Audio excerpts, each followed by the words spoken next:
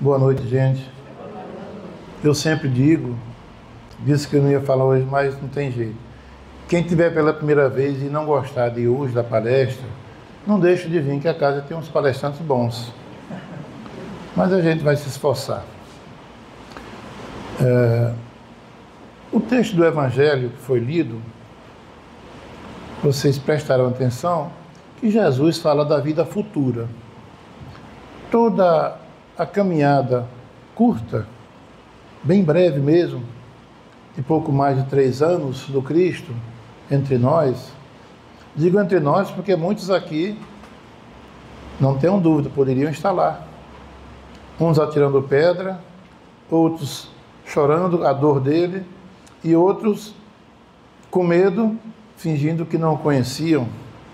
Mas coisa natural do ser humano em evolução, não é? Então, tudo que Jesus falou, tudo que ele ensinou e vivenciou, na verdade, era para nos mostrar que isso aqui é uma passagem rápida, essa encarnação nossa. Então ele sempre falava, dando a entender que a vida verdadeira não é essa aqui, é a vida no mundo espiritual. Por isso que ele dizia, né, na resposta a Pilatos, o meu reino não é deste mundo. E se continuasse o diálogo do item 2, do item 1, quando ele fala da verdade, e Tiago, o Pilatos, em seguir faz a pergunta para ele, e o que é a verdade para ti, Galileu? E que resposta Jesus deu? O silêncio. Que o silêncio às vezes fala mais do que muitas palavras vãs, não é? Jesus deu o silêncio por resposta. Acho que até hoje Pilatos está tentando entender o que Jesus quis dizer com aquele silêncio. Porque aquela verdade, Pilatos não estava à altura de entender as verdades que o Cristo trazia para nós. A boa nova, não é? A boa notícia, que é o que significa em grego evangelho. Mas o nosso tema de hoje é com relação à felicidade. É uma pergunta. Posso ser feliz ainda nesta encarnação? Que é o objetivo de todo mundo, né? Todo mundo quer a felicidade. Mas vocês já ouviram alguém dizer a felicidade não é deste mundo? Já, também, não é? No meio espírita é muito comum. O Evangelho segundo o Espiritismo tem uma parte que vai falar, e eu vou citar aqui também. E muita gente também pensa que foi Jesus que disse. Ora, bem que Jesus falou que a felicidade não é deste mundo, porque é o mundo de provas e de expiações, né? Mas não foi Jesus. E, na verdade, não tem em nenhuma parte do Evangelho, dos Evangelhos canônicos da Bíblia, não tem Jesus dizendo isso e nem ninguém dizendo. Tem alguma coisa parecida que aí dá a entender que nós não somos felizes e nem poderemos ser neste mundo. Bom, no início da nossa jornada pelo reino hominal, na origem da humanidade, desde tempos imemoriais, o espírito encarnado luta para vencer a dor, as angústias, as vicissitudes e os medos. E tudo isso em busca de segurança e tranquilidade. Desde aqueles tempos, quando o homem nem conhecia ainda o fogo, nem a roda, estava muito distante, vencia o mais forte, né? Ainda não havia a razão das coisas, era instinto. E nessa busca foi se formando um conceito que é o conceito da felicidade. E assim temos tentado definir este sentimento, passando pelas várias e várias ideias, sem, entretanto, jamais conseguir obter em sua plenitude, neste planeta, essa tão sonhada felicidade. Um filósofo grego, de nome até esquisito, Epicuro, quem estudou, né, os primeiros períodos de universidade, filosofia, sociologia, já ouviu falar desse cara. Esse Epicuro, lá do período helenista, bem lá para trás mesmo, ele acreditava no prazer como sendo o bem que o homem devia procurar para encontrar a felicidade. Então o prazer é aquilo que ele devia buscar, conseguir para encontrar a felicidade. Era o prazer físico ou o prazer intelectual. Os grandes filósofos, né, da Grécia Antiga, mas que devia ser vivido, segundo Epicuro, com moderação. O prazer físico e o intelectual tinha que ser vivido com moderação. A fim de quê? A fim de obedecer à lei do equilíbrio, em que se fundaria a natureza das coisas. Os pósteros, ou seja, os que vieram depois, seguindo o Epicuro, entretanto, deram as costas à prudência do mestre. Esqueceram da moderação. Então, o epicurismo passou a ser considerado como a filosofia do prazer. Os seguidores do filósofo, do Epicuro, fixaram então o epicurismo nas lutas pela propriedade, orientando que o homem somente experimenta a felicidade quando é possível gozar. Ou seja, ele tem o gozo das coisas, né? E ele diz que tanto podia ser através do sexo desgovernado, como também de um estômago bem saciado. E aplicaram a seguinte máxima: possuir para gozar, ter para sobreviver. E esqueceram de que a posse, muitas vezes, possui o possuidor. A gente se apega tanto às coisas que quer conseguir, que quer adquirir, e quando consegue, se apega tanto àquilo, que é como se aquilo que a gente possui, na verdade, possuísse a gente. Não sei se estou me fazendo claro. Você tem um bem que gosta tanto. Vamos falar aqui de um carro novo. Um desses caros, bonito. Pense quando você deixa no shopping que vai retornar para o carro e vê um arranhãozinho. Mas tem uma semana que eu comprei esse carro. Meu Deus, parece que aquele arranhão foi no peito, foi no pulmão. Então é como se aquele carro que eu possuo, na verdade, o carro é que me possui. Tal o apego da gente pelas coisas materiais. E já viu que a felicidade vai ficando difícil nesses casos, porque por tudo a gente se infelicita. Esse conceito, me parece que até hoje permanece com a gente. O do ter. É ter e ter. Não é ser. A gente é avaliado pelo que tem, quantas propriedades você tem, qual o saldo. Hoje virtual, né, que o dinheiro quase não existe mais, mas ele está lá, seu saldo. Quantos mil ou milhões você tem? Você tem casa na praia? Se já foi a Miami, já foi a Orlando? Não foi ainda? Como se todo mundo tem que ir lá para ser de determinada classe, né? Bom, Sócrates, outro também filósofo ateniense, lá da Grécia, ele nos momentos finais de sua vida, ele chegou a afirmar que o homem não são as suas vestes e nem o seu invólucro, mas seu espírito. Então, o homem, na verdade, na essência, é o seu espírito encarnado. Porque nós não somos um corpo. Nós somos um espírito utilizando um corpo. O corpo é uma vestimenta, é um instrumento apenas. E que logo, logo fica roto e não serve mais. Temos que trocar de roupa, né? Muitos têm a convicção de que ter uma vida tranquila, sem problemas, isso é felicidade. Eu quero paz. Daria tudo para estar no sossego hoje, gente. Tranquilidade. Vem esse negócio para tirar meu sossego. Então a gente pensa que tranquilidade é uma vida sem problemas, Felicidade é uma vida sem problemas e tranquila, sossegadinha mesmo. Mas aí a gente pergunta, o que seria da vida ou de uma existência inteira sem os problemas, sem os desafios? A gente começa a pensar que seria um pouco monótona. São os problemas, os desafios que nos impulsionam e que nos fazem acordar cedinho, levantar cedo, para ir à lida, buscar o sustento, ou adquirir aqueles bens materiais que a gente tanto quer.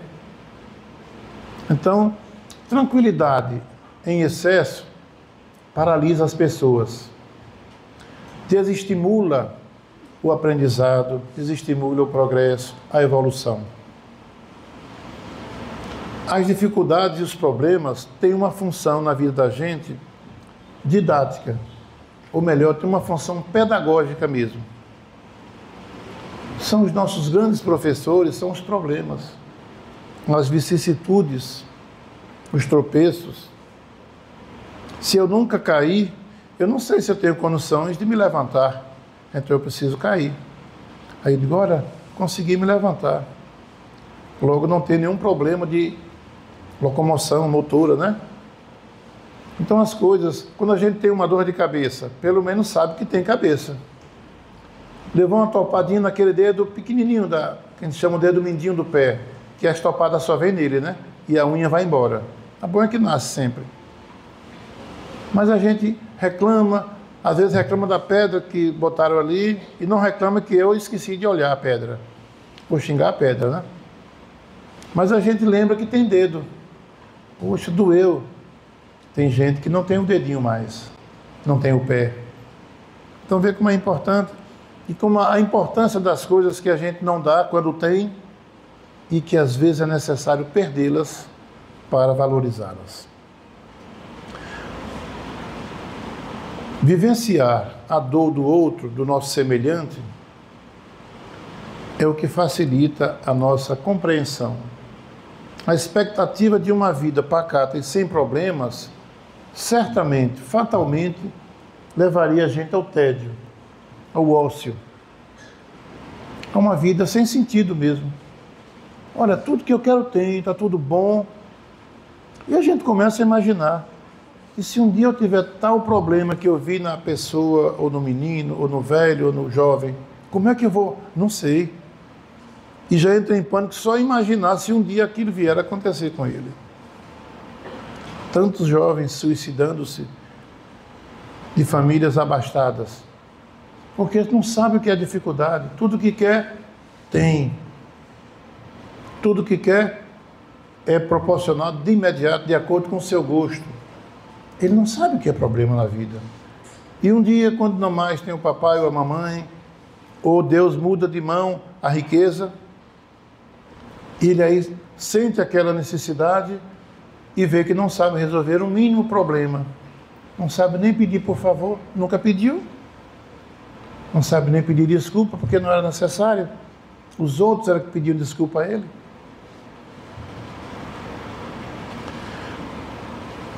Todo mundo aqui já ouviu falar em Olavo Bilac, não é? Os que frequentaram os bancos da escola, a maioria, eu acho que todos, o nome dele era Olavo Braz Martins dos Guimarães Bilac, era o nome dele, o grande poeta Olavo Bilac. Disse isso só para a gente contextualizar um pouquinho que eu vou mencioná-lo. Ele era carioca, nascido em 16 de dezembro de 1865. Foi o grande poeta brasileiro do parnasianismo. Ele, inclusive, é responsável pela letra do hino à bandeira. Não vou perguntar também se alguém lembra, né? Porque na minha época a gente aprendia na escola, né? Salve lindo, pendão da esperança e por aí vai. Hoje ninguém sabe mais. Mas ele é o responsável pela letra do hino à bandeira. Bom, Olavo Bilac tinha um amigo, grande amigo, e ele queria vender uma propriedade sua.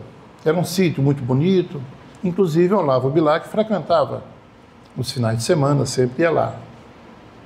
E esse amigo, encontrando casualmente com ele, disse: Olavo, eu estou me julgando um homem sem sorte. Minhas propriedades, ele tinha muitas, o sítio era apenas uma delas. É dor de cabeça, muito problema, não vale a pena não. Ele se considerava um homem sem sorte, vejam, porque tinha muitas propriedades e que, segundo ele, davam problemas. Quem tem muitas coisas tem muito problema para administrar. Portanto, eu quero vender. E pediria ao amigo, como poeta que é, que faça um anúncio de venda com suas palavras poéticas, bonitas, fazendo a descrição do sítio. E veja que Olavo Bilac olhou, poxa, mas você quer vender aquele sítio? Tá bom. Ele redigiu o anúncio. O anúncio foi esse, aspas. Vende-se encantadora propriedade, onde cantam os pássaros ao amanhecer no extenso alvoredo, recortada por cristalinas e refrescantes águas de um ribeirão. A casa, banhada pelo sol nascente, oferece a sombra tranquila das tardes na varanda. Fecho aspas. Esse foi o anúncio do Olavo Bilac. E o amigo botou à venda. Meses depois, o Olavo Bilac o encontrou e perguntou: e aí, meu amigo, certamente já vendeu o sítio, né? E ele aí disse: olha, nem pensei mais em vender o sítio. E veja o que ele diz. Quando eu li o anúncio que você escreveu, é que eu percebi a maravilha que eu tinha e não me dei conta. Moral da história. Algumas vezes, a gente só consegue enxergar o que tem quando toma emprestado os olhos dos outros. Ele se queixava que tinha muitos problemas a administrar. Quando Olavo Bilac descreveu a maravilha que era aquilo que ele queria vender e que se queixava de problemas, ele aí percebeu, caramba, é isso mesmo que eu tenho. Não vou vender mais não. Então, muitas vezes, a gente nunca está contente com aquilo que tem. No campo material, nas relações interpessoais. Quantas vezes? Minha mulher só me dá problema. Ultimamente é briga para cá, briga para lá, reclama de tudo. Deixei a toalha não sei onde, a escova de dente, botei ali, ela reclamou. Bem que eu podia arranjar uma outra mais tranquila, né? Que a mulher, por sua vez, vai dizer: eita, esse homem também não tem jeito, faz isso, faz aquilo. E quando um dia separa, ou um dos dois faz a viagem de regresso, né? Aí é aquele chorume.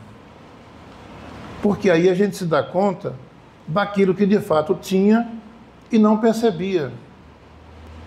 Porque, gente, eu sei que aqui os casais todos não brigam, não se desentendem, mas por aí tem uns, né, que se entendem. Os casais normais daí, do mundo, sempre tem uma querelazinha, uma briguinha aqui, outra ali, porque os desentendimentos fazem parte do nosso aprendizado, do convívio, das provas, né? E é o grande teatro da vida, o grande palco é o lar. É ali que a gente encontra os amigos e os desafetos de ontem. Tudo no mesmo picadeiro ali, no mesmo palco. Então a gente tem que se esforçar para extrair o que tem de bom e deletar na linguagem moderna, né? O que tem de não tão bom. Porque a gente observa, botando o espelho, não aquele de Narciso, o espelho de verdade, que a gente vai ver que a gente também tem erros, não é? Eu estou com minha companheira há um bocado de anos, décadas, e no começo ela era tão bonitinha, corpinho, não tinha uma estria, tudo esticadinho, e eu também era bonitinho. De repente, já olho e tem uma estriazinha ali, uma sobrazinha acolá, tem que ajeitar a blusa. Mas eu esqueço que também quando eu me olho no espelho, o tanquinho aqui já está um pouco maior, né? A barriguinha sempre sobra um negócio, um papinho aqui. E é tanta coisa que eu digo: olha, quer saber de uma coisa? Minha filha, você está linda, viu? Porque a gente está indo junto. O tempo não para para uns e continua para outros. Ele vai, todo mundo a reboque. E se a gente não se conforma com as coisas que a gente tem, seja feliz com o que você está envelhecendo ao seu lado, com quem você está envelhecendo ao seu lado. Não é? Agora, parece que há uma sensação de insatisfação, de insaciedade com todos nós, em todas as classes sociais, não é? É como se a gente nunca está satisfeito. Olha, veja bem, a gente é solteiro, aí se queixa que a solidão, esse negócio de ficar saindo, só pegando, ficando, aquelas conversas do jovem, né? Ah, tem que arranjar um companheiro para a gente dormir junto, partilhar a alegria, o sofrimento, né? Os problemas, e tudo de bom, aí junta os trapinhos, passa a se enxugar com a mesma toalha, né? Ou se cobrir com o mesmo edredom, vamos usar uma coisa mais chique. De repente, aí disse, poxa, perdi a liberdade. Olha, eu queria uma companheira porque estava só. Consegui, estou de boa, mas perdi a liberdade. Porque diz que quando a gente casa ou vai morar com alguém hoje, perdeu a liberdade.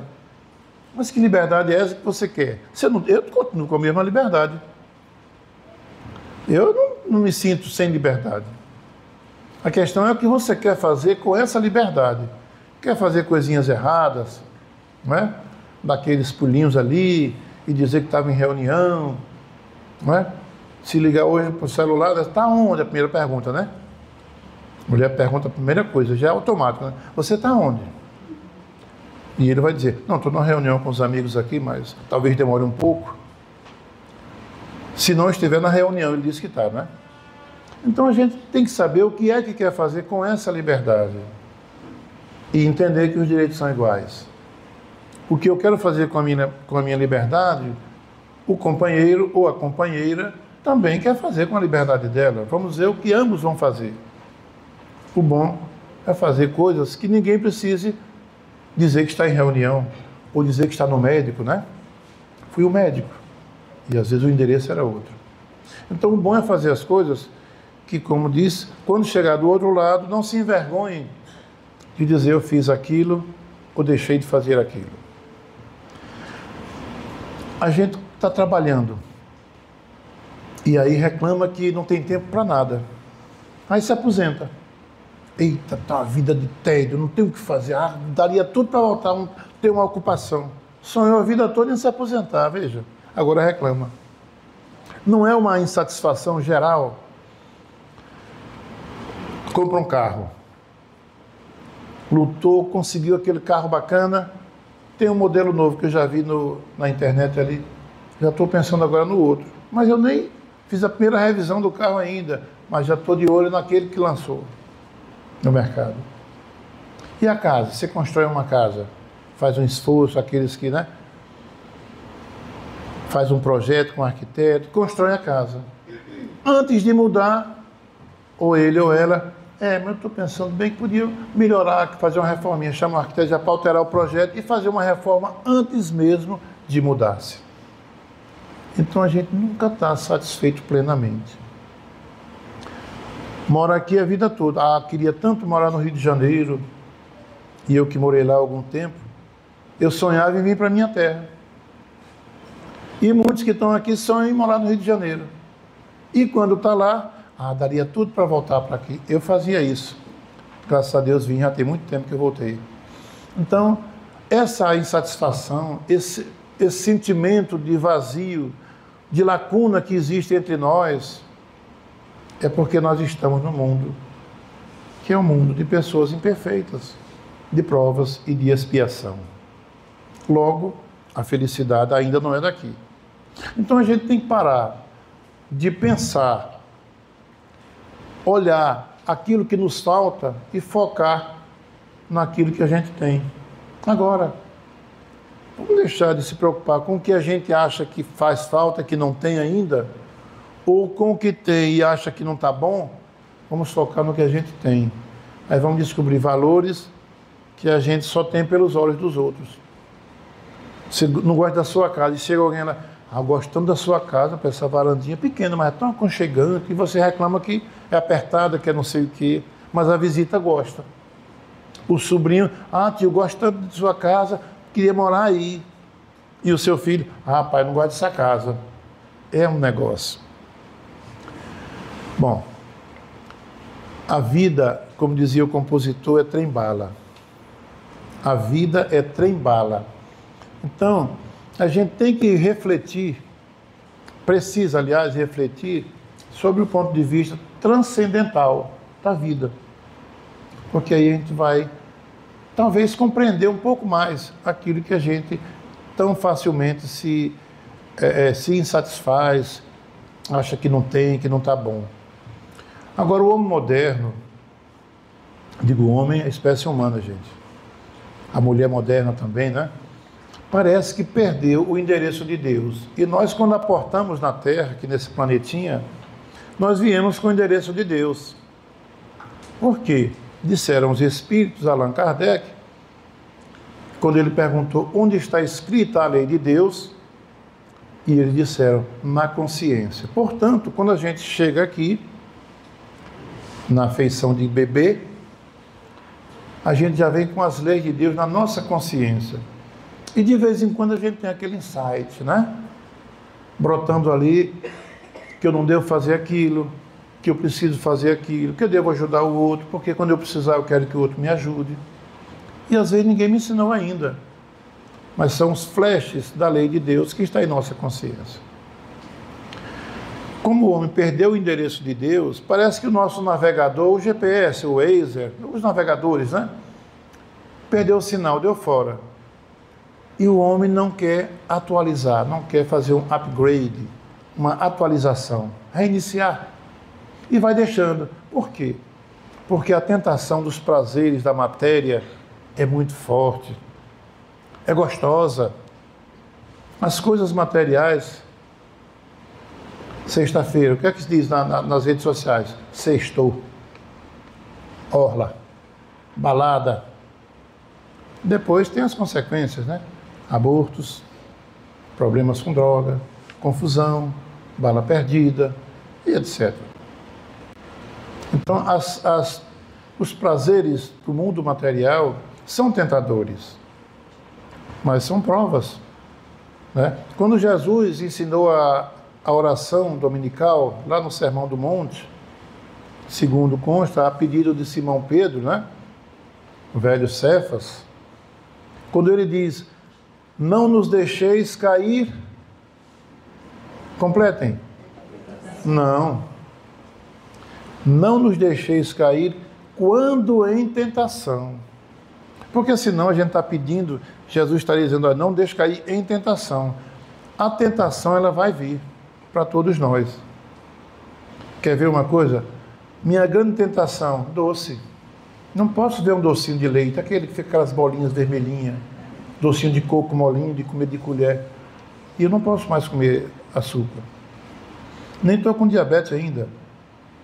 Mas já estou no limite. O médico, olha, você já está no limite. Ele já está ali em cima do muro, lhe olhando.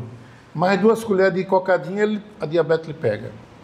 Então estou evitando. Já aprendi até a tomar café sem açúcar. Mas veja, a minha tentação é doce. Bolo, uma torta. Então minha mulher lá em casa não faz, nem compra. E quando a gente viaja, vai em hotel, aquele café da manhã cheio, ela diz logo, deixa eu botar seu doce. Deixa eu botar sua sobremesa. Porque se eu botar, é outro prato. E ela bota bem com mesquinhez mesmo. Minha filha, mas não está na conta já. Não, mas você não pode ver isso. E eu confesso que dá uma raivinha às vezes ainda, mas depois eu entendo. Então a tentação ela vem para todos nós. O que é a tentação? É aquilo que você gosta. São as nossas reminiscências aí lá do passado às vezes.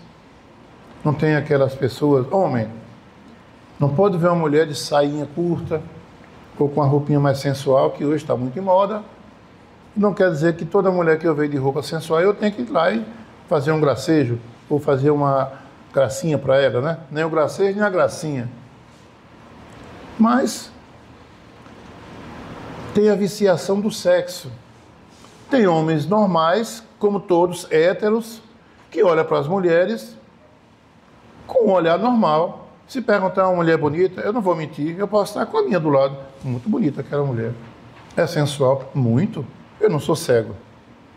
E estou no uso da razão. Não é? Agora, daí eu ficar com jeitinho, com gracinha, mandando a mulher ir ali para dar uma chegadinha, dar o celular, dar o número, é outra coisa.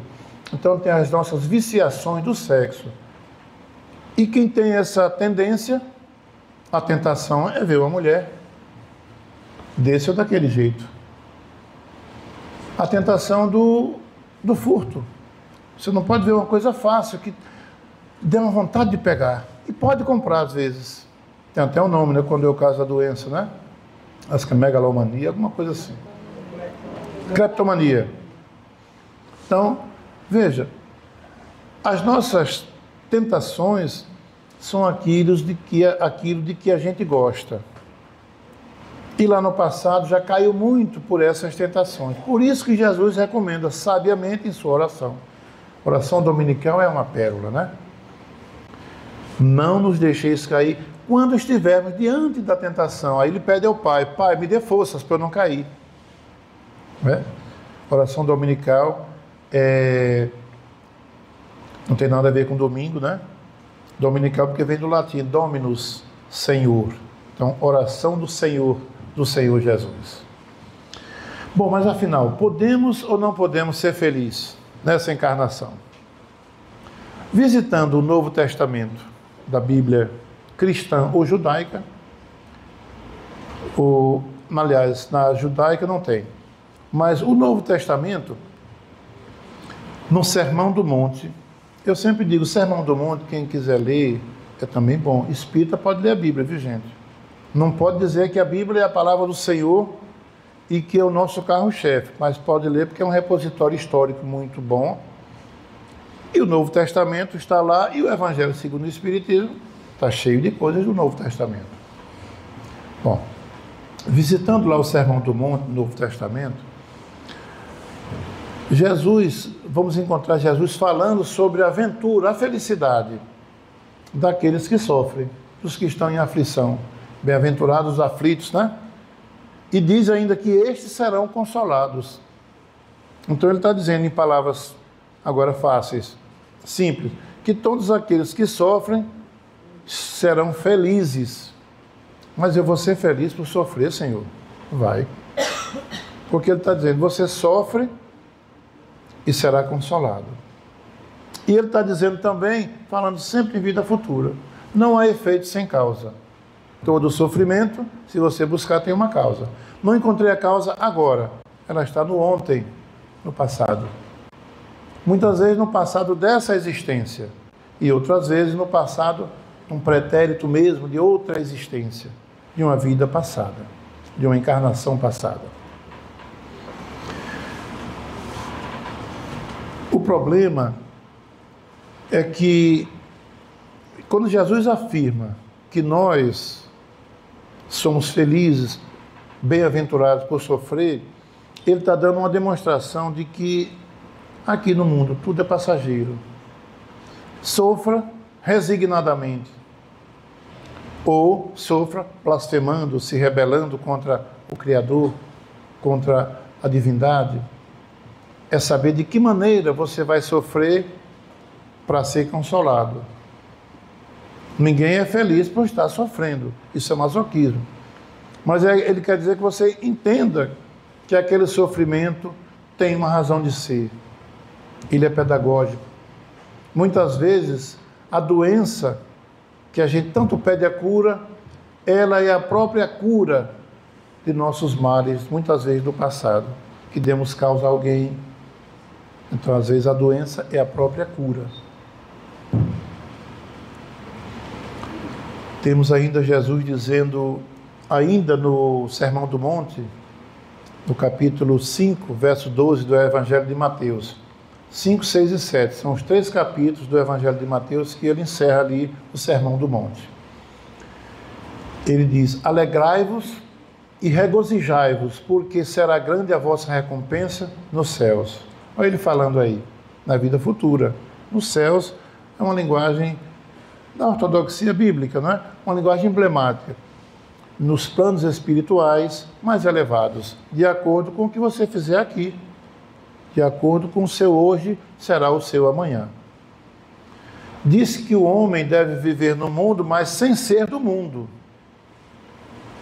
Ou seja, sem sermos escravos dos bens materiais. Disse ainda que o seu reino não era deste mundo, quando ele disse a Pilatos, vocês viram na leitura do Evangelho, o meu reino não é deste mundo. Dando a entender que existem outros lugares, melhores inclusive do que a Terra, onde nós aqui estamos num estágio, e se formos aprovados no estágio, o planeta está mudando de categoria para planeta de regeneração. Então, se nós formos aprovados, vamos mudando para planos espirituais melhores, que inclusive é o plano aqui do próprio planeta. Quando a gente fala plano espiritual, não é coisa, é aqui no planeta mesmo, na psicosfera do nosso planeta. E se nós formos reprovados, tal como os nossos irmãos de capela, que estavam atrapalhando lá a mudança, nós vamos ser também exilados num planeta primitivo, o que não é bom. Porque o que nós já adquirimos de conhecimento até agora, pense, internet, Wi-Fi, Bluetooth, né? No mundo primitivo não tem. Não tem energia, muito menos sendo Wi-Fi. Então, é se esforçar para que possamos fazer jus a permanecer aqui quando então for um planeta já de regeneração, um planeta regenerado. Bem-aventurados os aflitos, no item 20 do capítulo 5 do Evangelho segundo o Espiritismo. Jesus, ali, ele diz, bem-aventurados os aflitos. Aflitos são os que estão em aflição, os que estão sofrendo, porque serão consolados, né? Nesse capítulo do Evangelho, eu sempre gosto de dizer, porque tem gente que não gosta de ler, tem uma preguicinha de ler, ou dizemos que não tem tempo, ou não tem ido o Evangelho. Mas, olha, capítulo 5, item 20. Ali tem uma mensagem de um espírito que ele se intitula Cardeal Marlot. E é uma mensagem muito interessante, que eu vou ler aqui um pouco dela. Ele diz assim na mensagem: não sou feliz, a felicidade não foi feita para mim, exclama geralmente o homem em todas as posições sociais. Meus caros filhos, diz o Cardeal Marlot, o espírito, prova melhor do que todos os raciocínios possíveis a verdade desta máxima do Eclesiastes: a felicidade não é deste mundo. No livro Eclesiastes, é um livro atribuído ao rei Salomão. Salomão era filho do rei Davi. E nesse livro, é um livro do Antigo Testamento, que também lá não está escrito essa expressão, a felicidade não é deste mundo, que ele diz aqui, ó. O livro Eclesiastes, que é um dos livros poéticos e sapienciais do Velho Testamento, da Bíblia cristã ou judaica, que vem após do livro dos Provérbios, que é outro livro também do rei Salomão, antes do livro Cântico dos Cânticos. É aula de Bíblia, Beto, aqui, ou é ser de espírita? Espírita estuda tudo. Instruí-vos, eis o mandamento, diz o Espírito da verdade. Então, ali, nesse livro de Eclesiastes, não encontramos a sentença, a felicidade não é deste mundo. De forma direta, tem alguma coisa parecida que dá a entender que nós não podemos ser felizes. O rei Salomão, que é considerado o rei mais sábio de todos os tempos daquela época, e o homem mais rico também.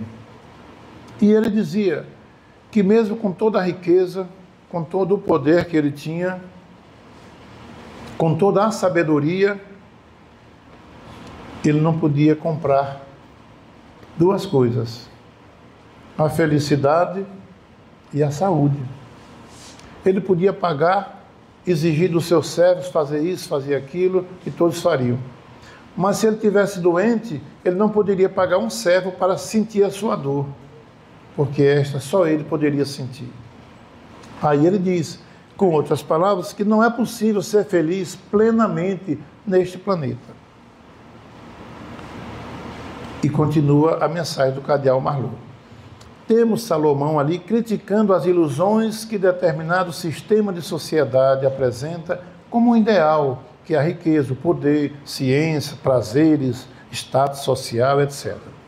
E ele pergunta, Salomão pergunta no livro, que proveito tira o homem de todo o trabalho com que se afadiga debaixo do sol? Em outras palavras, qual o objetivo do nosso esforço diário, o que realmente almejamos de nossa existência? Que a gente luta tanto e depois diz, e para quê? Amanhã, um câncer disso, daquele, morre. Eita, mas estava tão bem, lutou tanto, quando conseguiu, morreu. Bom, também ninguém vai ficar na inércia, né? Então temos a noção, gente, de que a felicidade plena, a felicidade total, quando diz não é deste mundo, é a felicidade plena, porque não podemos ser plenamente felizes neste planeta, porque é um mundo de prova, de expiação. Nós somos seres imperfeitos, ainda temos raiva, guardamos rancor do outro, ódio, e não podemos ser felizes também por isso, porque se eu estou com ódio de fulano ou de cicrano, eu estou ligado àquele ódio emanando energia negativa, bem densa. Eu não posso ser feliz desse jeito. Então aqui nós não somos plenamente felizes. Mas como é que eu posso ser feliz? Pode. Felicidades são momentos.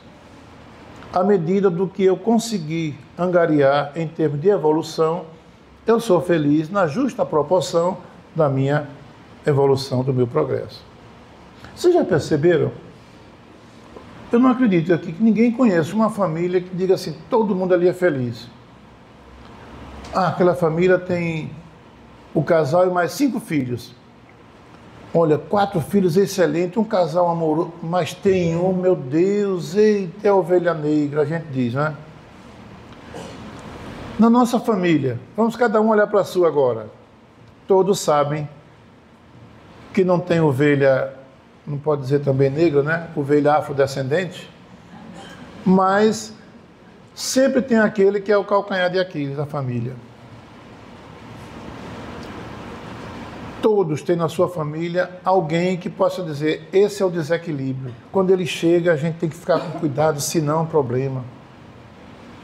Quando não é o pai, com vícios, a mãe que não é tão boa, que mãe é sinônimo de tudo, de amor, de bondade, mas tem mães também irresponsáveis, tem que ser dito, né? São exceções, mas seres humanos, porque a mãe também é uma mulher, é um ser humano, é um espírito em evolução, e às vezes ainda está presa a reminiscências do passado, cedendo a tentações que muitas vezes leva a não cumprir os seus deveres maternos. No capítulo 2 e 3, que foi lido aqui do Evangelho segundo o Espiritismo, nós temos no capítulo 2 a justificativa para aquilo que Jesus disse a Pilatos, quando interrogado se ele era rei. Tu és rei, né? E ele disse, meu reino não é deste mundo. Ali Jesus estava dizendo claramente que a vida é futura. O reino dele é onde, se não é aqui? É em algum lugar, para onde nós vamos também. Certamente iremos para o reino onde ele se encontra quando atingirmos a perfeição, aquela que ele mesmo disse, sede perfeito, como perfeito é o vosso Pai. Na resposta a Pôncio Pilatos, ele chama atenção para a existência de outros lugares onde a vida evolui em condições melhores, diferentes daquelas que temos aqui. Porque lá já habitam espíritos encarnados em condições de progresso superior às que se encontram aqui.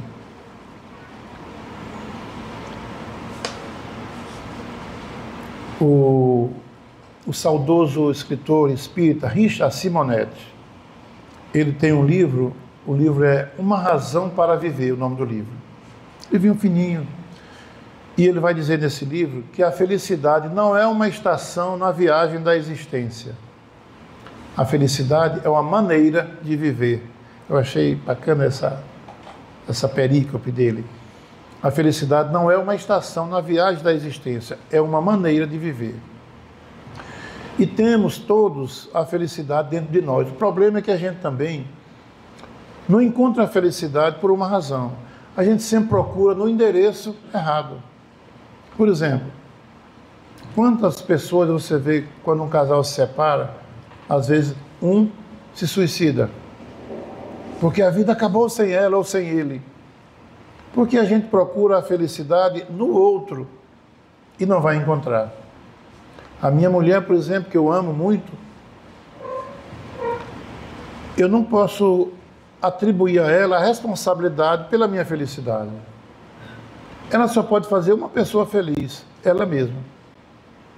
E eu não posso esperar que ela me faça feliz, como eu não posso fazê-la feliz.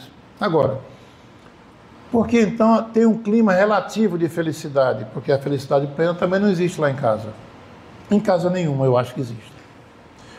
Mas há um clima feliz, não há felicidade total, há um clima feliz, por quê? O somatório das coisas positivas que a gente tem.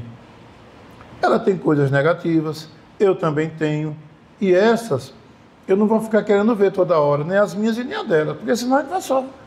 Eu quero ver o que ela tem de bom, de bonito, e ela procura ver em mim o que eu tenho de bom e de bonito, que agrada. Somando isso, a gente tem momentos felizes, a gente tem sensação de felicidade, porque há uma alternância das coisas na nossa vida. Quando você, tem até ditado, né, que diz, depois de um momento feliz vem sempre uma desgraça, ou depois da tempestade vem a bonança, enfim. É porque você pode observar, tem momentos que você está feliz, aí depois acontece uma coisa, poxa, estava tão bem as coisas, aconteceu isso. Ou, rapaz, estava num sufoco tão grande, passei um perrengue, graças a Deus, depois de tal tempo, a coisa refrescou, mas já foi entrei no céu, é como se saísse do inferno e fosse para o céu. É porque tudo aqui é passageiro. Tudo na vida é passageiro. Eu vou encerrar, porque já obedecendo a minha indisciplina, não vou nem olhar para ali para o relógio. Mas vou encerrar com uma citação do nosso querido e inovidável Francisco Xavier. O nome dele era Francisco de Paula Cândido, o nome de batismo, viu, gente? O nosso querido Chico Xavier, conta-se que ele, em determinado dia, estava tão amargurado, que Chico tinha problema de tudo que é qualidade, gente. Ali era um espírito missionário mesmo. Era na vista, era no coração, era no estômago, era não sei onde, era um irmão doido, era não sei quem. Enfim. E um dia ele estava tão amargurado com toda a evolução moral que ele tinha, mas também estava encarnado, sentindo as amarguras da carne. E ele aí, na sua reflexão, o seu benfeitor Emmanuel aparece, né? Que ele via assim, como que a gente está aqui, né? Um bate-papo ali bacana dos dois, né? Aí ele, Chico, o que é que está acontecendo? Não está vendo que eu estou triste? Estou amargurado. Estou. Mas qual é a causa dessa amargura? Ah, muitos problemas, não sei o quê. Aí ele disse, você não podia levar um recado para a Mãe Santíssima, Maria de Nazaré, pedindo socorro para a minha situação? Ela também está vendo a minha amargura. E você que está comigo direto, faça esse favorzinho, dê um recadinho para ela, vê se ela me ajuda. Ele disse, olha, ela é muito ocupada, né? Mas eu vou anotar aqui o seu pedido. E tchau. Meses depois, ele volta. E aí, Chico? Trouxe um recado de Maria de Nazaré para você. Ele aí pegou o lápis, aquela posição tradicional dele. Muita gente pensa que aquilo era... Nem médium não precisa fazer aquilo não, viu, gente? Quem participa de reunião mediúnica. Ele fazia assim porque ele tinha problemas de vista, sério. E a luz em excesso prejudicava. Por isso que ele fosse assim, era para se livrar da luz. Aquilo não facilitava em nada a comunicação com os espíritos. Mas ele aí pegou o lápis, né, e o papel e posição de anotar. Pronto? Aí o Emmanuel, anota aí, Chico. isso também passará. Isso também passará. Pronto? Ponto? Pronto? E o resto? Isso também passará. Ponto. E é só isso? Ele diz, Chico. Ela mandou dizer que isso também inclui todas as suas amarguras, a causa da sua lamúria, e dizendo para todos em humanidade. Ela é a mãe de todos nós, né? Jesus, lá no madeiro infamante, no Gólgota, disse, mãe, eis aí teu filho. A figura de João, dizendo que todos nós ali somos filhos dele. Foi uma coisa emblemática. E disse para João, filho, eis aí tua mãe. Dizendo como se João representasse toda a nossa humanidade, todos os nossos irmãos de humanidade, e ela como nossa mãe. Então, ela está dizendo para todos nós, filhos seus, amados, que tudo é passageiro. Tudo nessa vida passa. Aqui, a alegria é momentânea. A tristeza também. A dor, a angústia, tudo é passageiro. Mas e o final da palestra? Podemos ser felizes ou não? Podemos. Vamos ser felizes, gente, naquilo que nos é possível. Não queiramos buscar a felicidade no endereço errado. E não queiramos ser felizes com a utopia. Se eu só posso ter um carro básico, não queira ter aquele super carro. Compre o básico, ele vai lhe levar para todo lugar do mesmo jeito. Se você só pode ter uma casa simples, não queira a mansão na praia. Viva feliz onde você está, como você está. Então, ser feliz é um estado de consciência. Se você quer felicidade no endereço errado, vai continuar infeliz. Porque o mundo é de provas e de expiações. Quando atingirmos a perfeição plena, seremos felizes. Ainda temos milhares de anos para isso, né?